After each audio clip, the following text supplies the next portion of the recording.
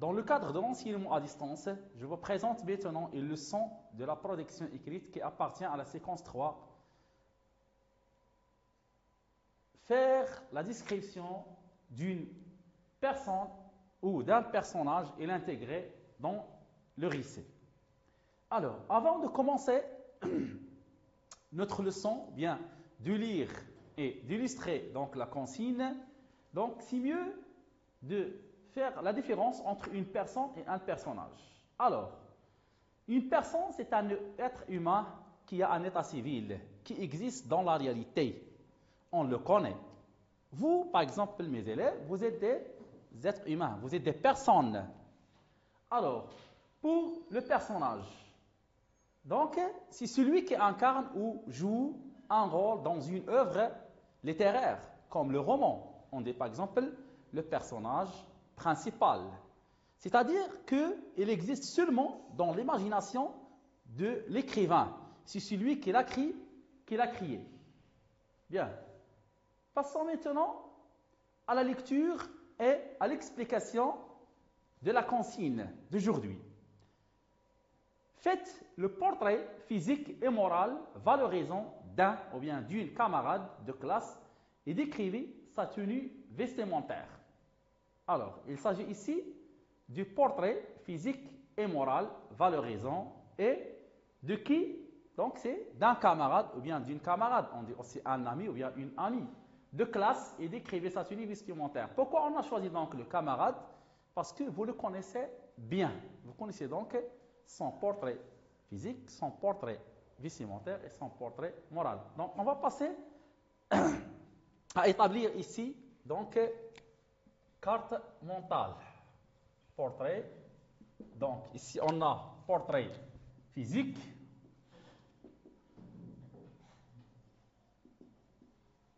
Ici, on va mettre portrait vestimentaire. Et ici, donc, on va mettre portrait, donc, moral. Bien. Commençons par le portrait physique. Donc, dans le portrait physique, on commence par la personne décrite. Donc, ici, on a camarade. Donc, ça veut dire il ou bien elle. Puis, on commence par l'âge. Puis, on a le prénom, puisque vous connaissez donc ton camarade. Donc, vous devez donc citer son prénom. On passe à la taille. Donc, comment est la taille? Donc, la taille peut être par exemple moyenne, peut être par exemple donc grande, ou bien petite. Donc, toujours, donc, chaque partie est caractérisée. Après, on va passer donc les parties du corps, ce qu'on appelle les parties du corps. Commence par le visage. Donc, comment est le visage, par exemple? Le visage peut être donc ovale, peut être rond. Et les autres traits du visage. On a par exemple donc les cheveux. Comment sont les cheveux? Ils sont par exemple frisés, ondulés, châtains, courts, longs. Et on a le front. Comment est le front? Peut-être plat, ou bien bombé, ou bien ridé, ou bien... Puis le nez, comment est le nez? Pointillé, aquilin, retroussé. Aussi la bouche, comment est la bouche? Bien dessinée, fine, le menton, et ainsi de suite les oreilles. Donc ce sont, si vous voulez, donc les traits du visage qu'on va décrire. Alors, chaque trait doit être donc caractérisé. C'est-à-dire lié et déterminé par un adjectif, soit un adjectif attribut, soit un adjectif épithète.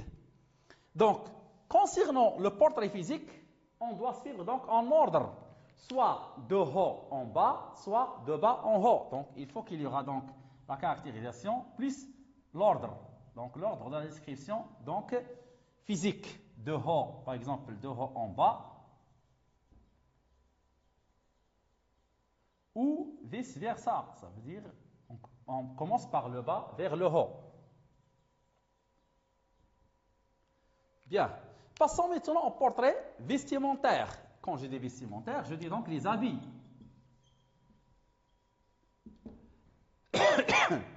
Dans les habits, donc vous savez qu'on a deux sexes ici. On a les filles, hein, et on a garçons. Filles et garçons. Donc on a des vêtements, ou bien des habits qui sont communs pour les deux sexes, et on a d'autres habits donc, qui sont réservés pour les filles ou bien les garçons. Alors, pour les habits, on peut dire, par exemple, un pantalon. C'est un exemple seulement. Une chemise. Donc, un foulard. Des souliers. T-shirt, un t-shirt. Donc, vous savez que les garçons, ils font donc du collège, ils aiment les t-shirts.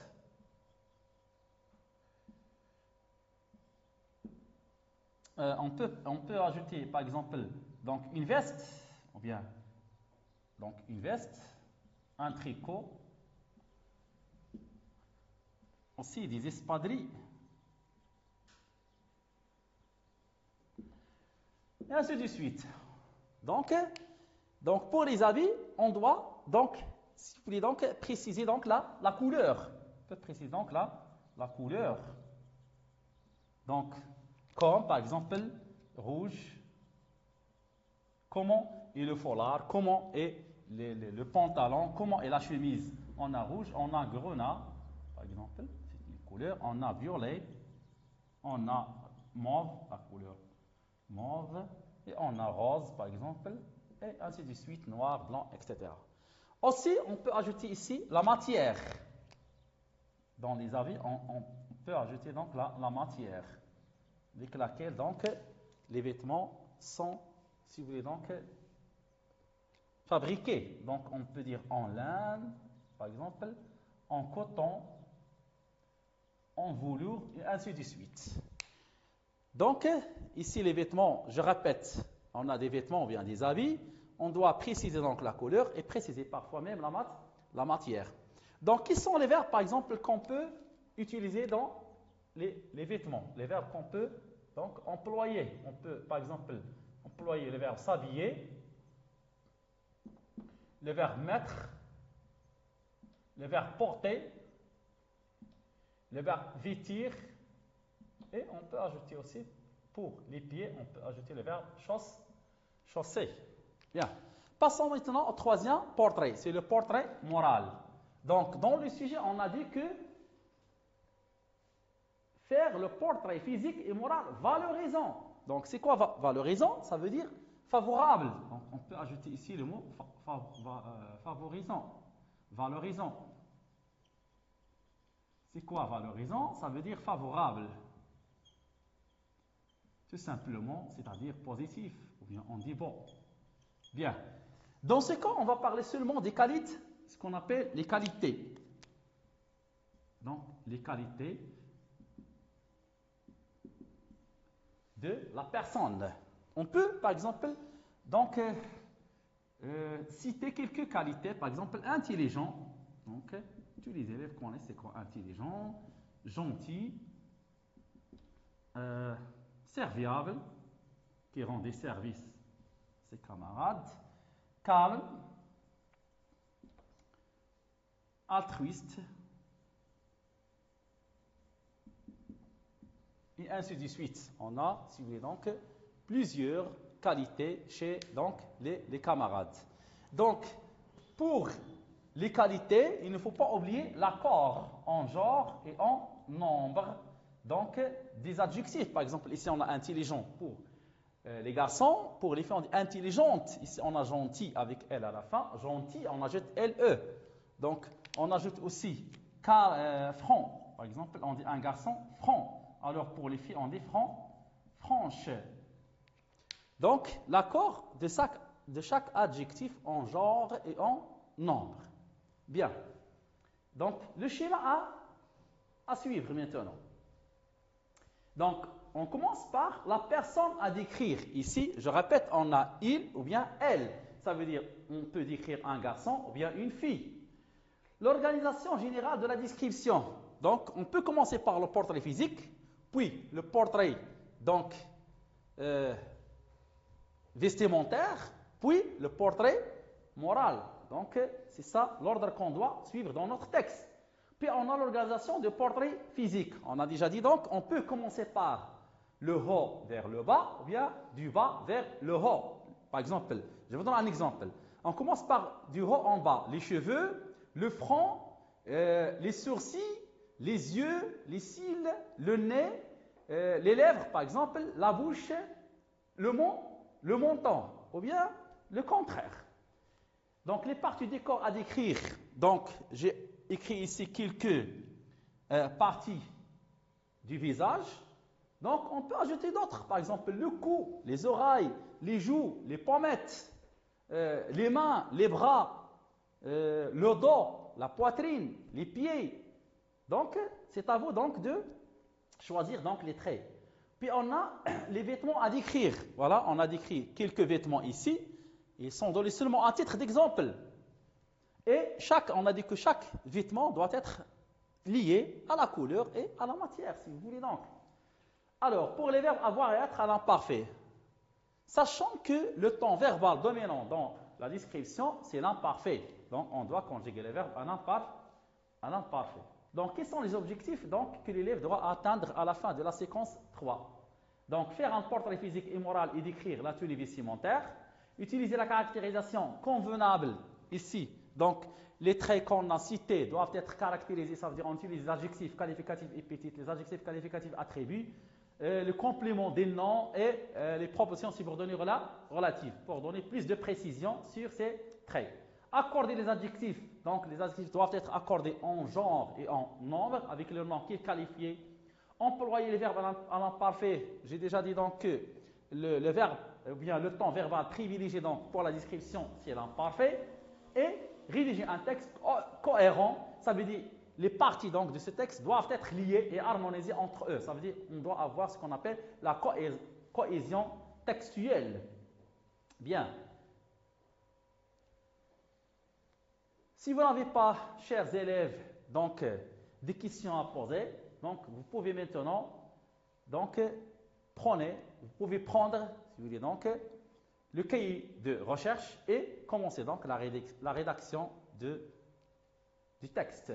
Donc, ces tableaux qu'on a vus donc, sont donnés à titre indicatif. Les élèves peuvent compléter suivant le niveau de la classe, soit par d'autres mots ou par les comparaisons, les termes métaphoriques. Donc, on peut utiliser par exemple la comparaison dans notre sujet. Exemple, il avait donc des dents blanches comme la neige. On a le comparé, on a l'outil de comparaison et on a le comparant. Ou bien, donc, mon ami Houda, par exemple, avait le visage rouge comme une tomate. Mon ami ou bien mon camarade Ahmed est calme, tel une image, pareil à une image. Ou bien, on peut utiliser donc la métaphore. Ça veut dire que la métaphore, c'est une comparaison, mais sans étude de comparaison. On dit, mon ami est un ange. Ça veut dire ici la gentillesse, la beauté. Ou bien, pour la fille, on dit, ma camarade Hanan est une gazelle. Ça veut dire ici la beauté et la gentillesse. Donc, on va passer maintenant à un exercice. On a dit donc qu'il faut qu'il y aura la cohésion textuelle. Donc, voilà un exercice qui montre donc, si vous voulez donc, ce défaut. Donc, le défaut de la répétition et de la redondance dans un texte. Voilà. La question, réécrivez le texte suivant en évitant la répétition de la structure elle avait ou bien il avait. Donc, on a dit que les verbes donc, doivent être conjugués donc, en imparfait. Voilà, on va lire le texte.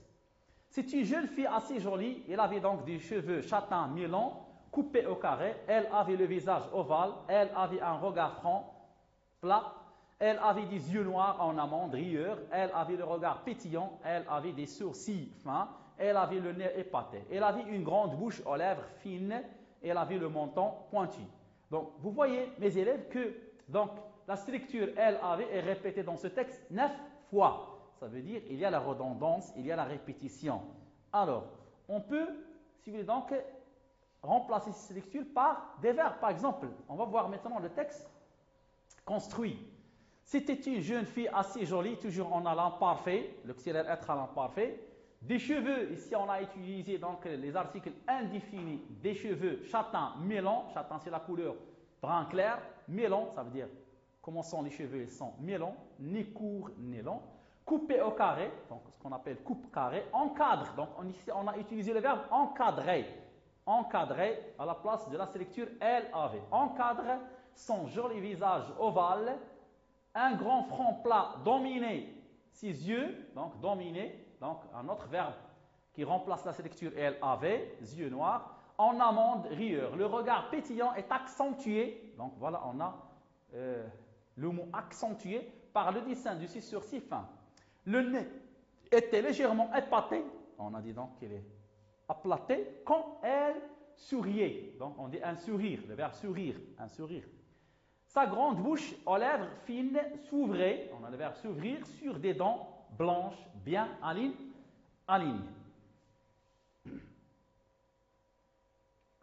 Passons maintenant donc à un autre exercice selon donc notre objectif. Donc, intégrer un passage descriptif dans un récit. C'est quoi un récit? C'est un texte narré. Donc, on va voir ici donc quelle est la relation entre la narration, le rapport entre la narration et la description. Donc, toujours, il y a une forte relation, une forte liaison entre la narration et la description. Quand je dis un récit, donc je dis automatiquement la narration et la description. Il pleuvait depuis le matin et un vent glacial soufflait. Vous voyez ici, les verbes sont conjugués donc à l'imparfait. Nous déjeunions lorsqu'on frappa à notre porte, j'allais ouvrir. Voilà, donc nous déjeunions lorsqu'on frappa à la porte. Donc le verbe déjeuner est conjugué à l'imparfait, puis il a été interrompu par une action donc du verbe frapper au passé simple. Notre porte, j'allais ouvrir. Ici on a donc la narration. Je vis un homme, c'est un verbe de perception, le verbe voir donc au passé simple. Je vis un homme qui avait l'air d'un misérable, d'un vagabond. Voilà. Ici, on a un nouveau personnage. C'est un homme, c'est un vieil homme, c'est un misérable, c'est un vagabond. Alors, ici, le narrateur est obligé de faire la description de personnage pour qu'on puisse le connaître. Ça veut dire, puisqu'il y a l'apparition, bien la manifestation d'un nouveau personnage dans un récit, donc le narrateur est obligé de faire la description pour que le lecteur puisse le voir, puisse faire sa connaissance. On commence maintenant la partie réservée à la description. Elle était âgée, ça veut dire c'est un vieil homme et de petite taille. Son dos était courbé, ses cheveux étaient blancs et son visage était sillonné de rides. Vous voyez ici on a la description donc physique.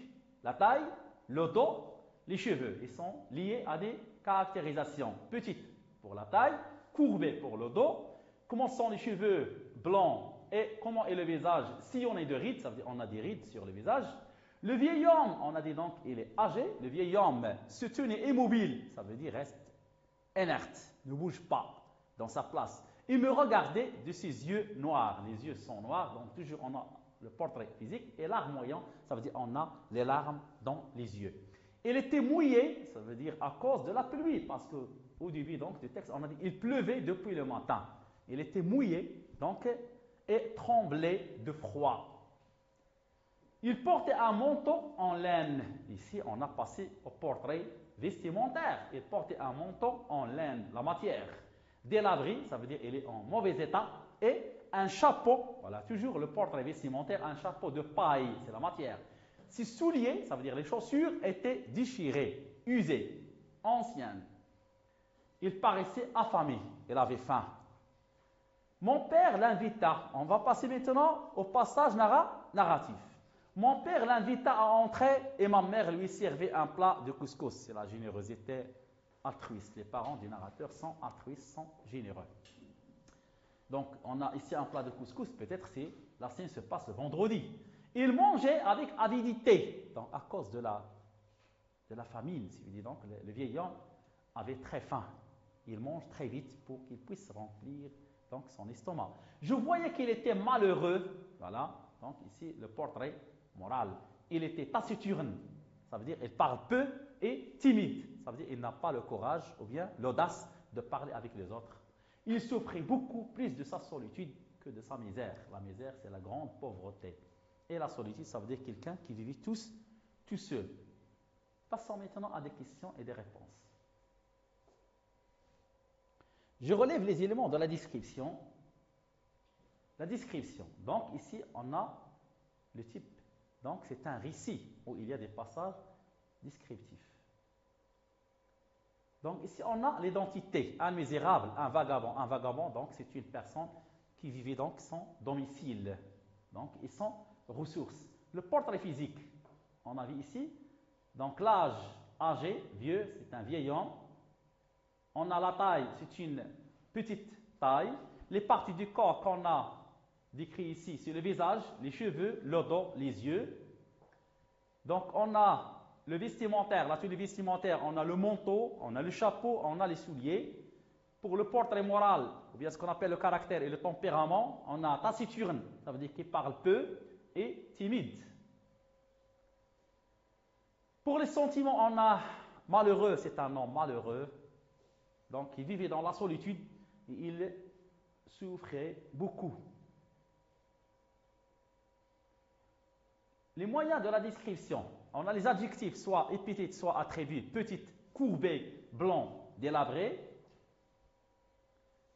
On a le complément de nom en laine, en paille pour le portrait vestimentaire. Puis on a utilisé aussi dans le texte des propositions subordonnées relatives qui sont introduites par les pronoms relatifs qui, que, ou, dont. Ici on a qui avait l'air d'un misérable, le pronom relatif simple qui, et on a les verbes d'état ou de description qui sont conjugués donc à l'imparfait. Avoir l'air, c'est un verbe d'état comme sembler, paraître, être, demeurer.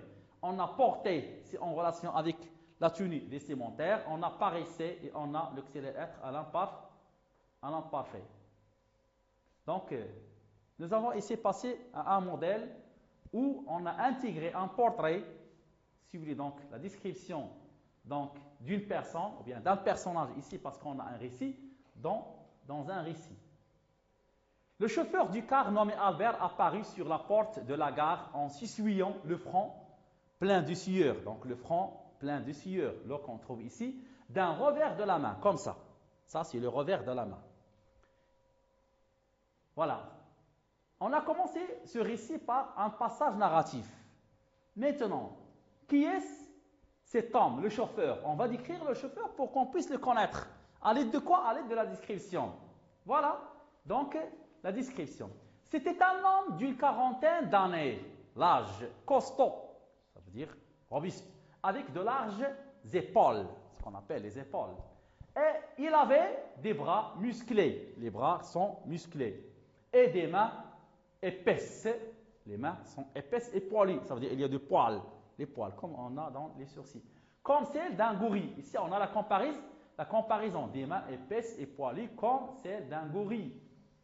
Il avait une grosse tête surmontée de cheveux noirs et raides. Toujours, nous sommes avec le portrait physique. Son énorme visage était encadré d'une large barbe. Il avait la barbe, ici. Au-dessous de son front bombé, ses yeux ronds et rougis par la fatigue. Ses yeux étaient rouges par la fatigue, étaient garnis de sourcils menaçants. Ça veut dire des sourcils qui font peur. Son nez pointu en narines, ce sont les narines. Donc le nez est composé des narines. Dans le nez, on a deux narines épaisses, ça veut dire grandes si vous voulez. Dominé, une grande bouche. Sa bouche est grande, noircie. Donc les lèvres sont noires par le tabac. Donc c'est un chauffeur fumeur. Il fait beaucoup. Et caché par une moustache. Il avait une moustache. Moi, je n'ai pas de moustache. Mal soignée, ça veut dire mal peignée. Maintenant, on va passer à un passage narratif. On constate qu'il y a l'alternance entre la narration et la description. Il ouvrait la porte de devant et tira une liste de sa poche. Une liste, on dit une feuille, il y a la liste, on dit la liste des élèves de la classe, en appelant Monsieur le professeur de l'école Pasteur. Donc, on va passer maintenant à un passage descriptif. On va décrire ce monsieur, on va décrire le professeur de l'école Pasteur. Comment est le professeur? Le professeur s'avança rapidement. Il marche très vite, comme s'il était en retard. Il était vêtu d'un costume, le verbe vêtir, d'un costume noir, d'une chemise blanche et d'une cravate grise. Donc, vous voyez ici, on a la tenue vestimentaire, le portrait vestimentaire. On a décrit costume, on a le verbe vêtir, ça veut dire s'habiller, chemise et cravate. Des petites lunettes cachées, il porte des lunettes cachées, son regard clignotant est resté difficilement sur son nez en trompette. Il ressemble à une trompette, c'est un instrument de musique qui dominait sa petite bouche pincée. Il monta dans le car, voilà maintenant, donc la narration, il monta dans le car avec précaution, ça veut dire doucement, lentement, en faisant attention, en tenant une grande valise noire. Donc, il portait une grande valise noire d'une main et en gardant l'autre derrière son dos, comme ça. Il prend la valise avec la main droite et il met donc, si vous voulez donc, sa main gauche derrière son dos.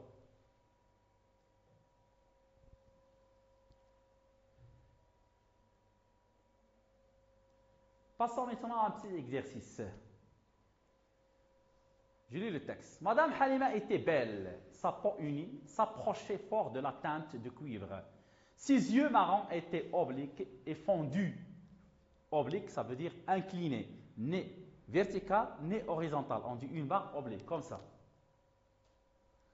Et fondu, ça veut dire ouvert en longueur, comme ça. Ses lèvres, un peu fortes, les lèvres, mais bien dessinées. Laissez voir des dents qui étaient plus blanches que les amandes. Ici, on a une comparaison. Les dents étaient blanches plus que les amandes. Les amandes, on a dit, c'est un fruit. Quand on épluche les amandes, ils deviennent donc blanches. Ses longs cheveux étaient noirs et luisaient. On a le verbe luire ici. C'est un verbe du deuxième groupe conjugué donc à l'imparfait. Luire, ça veut dire briller, comme l'aile d'un corbeau. Ici, on a la comparaison. On a comparé donc les cheveux à une aile d'un corbeau. Donc, ça veut dire que le corbeau, c'est un oiseau noir. Et l'aile, c'est un organe pour voler.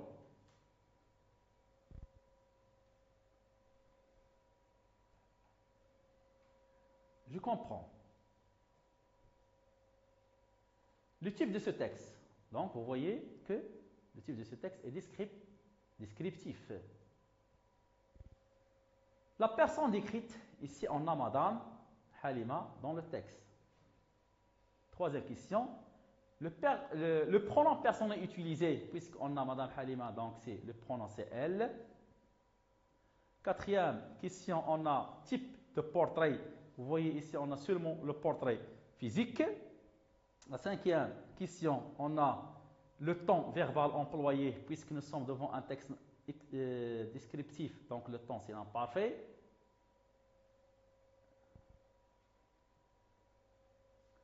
Donc, sixième question, les moyens de la caractérisation employés dans ce texte. On a les adjectifs qualificatifs, attributs et épithètes. On a les compléments de nom. On a les propositions subordonnées relatives. La comparaison. Donc, pour la consigne, enrichis ce texte en ajoutant un portrait moral et une tenue vestimentaire, parce qu'on trouve seulement le portrait physique de Madame Halima. C'est à vous, mes élèves, donc d'ajouter le portrait moral à Madame Halima et, si vous voulez donc, les vêtements portés par Madame Halima.